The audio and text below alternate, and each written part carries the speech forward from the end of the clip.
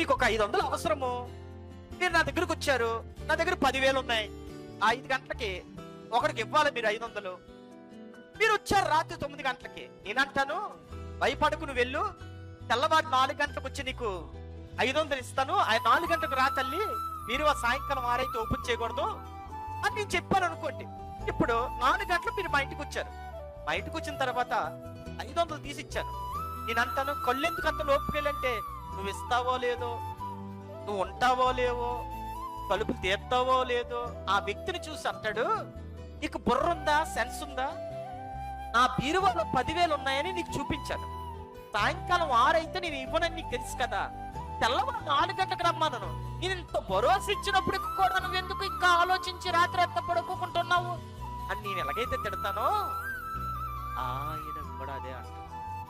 దేని కోసం చింతపడుతున్నావు నువ్వు? చింత లేని వారిగా బ్రతుకు, ప్రయత్నం చేయి. ఆలోచించడం వల్ల ఏమీ లాభం ఉండదు, నువ్వే నష్టపోతావు. తిన్నోడు బాగా తింటాడు, తిరిగినోడు బాగా తిరుగుతాడు, చేసినోడు బాగా చేస్తాడు, నష్టపోయింది నువ్వే. చింత లేని వ్యక్తిగా నువ్వు బ్రతుకు, ప్రయత్నం చేయి. ప్రభువా, నా కష్టం నీకు చెప్తున్నాను, నా ప్రాబ్లం నీకు చెప్తున్నాను, నా పరిచయ విషయం నీకు చెప్తున్నాను, నా వ్యక్తిగత జీవితాన్ని నీకు చెప్తున్నాను, నా ఇంటి విషయాన్ని నీకు చెప్తున్నానని అది దేవుడికి షేర్ చేసుకొని దులిపిసుకో.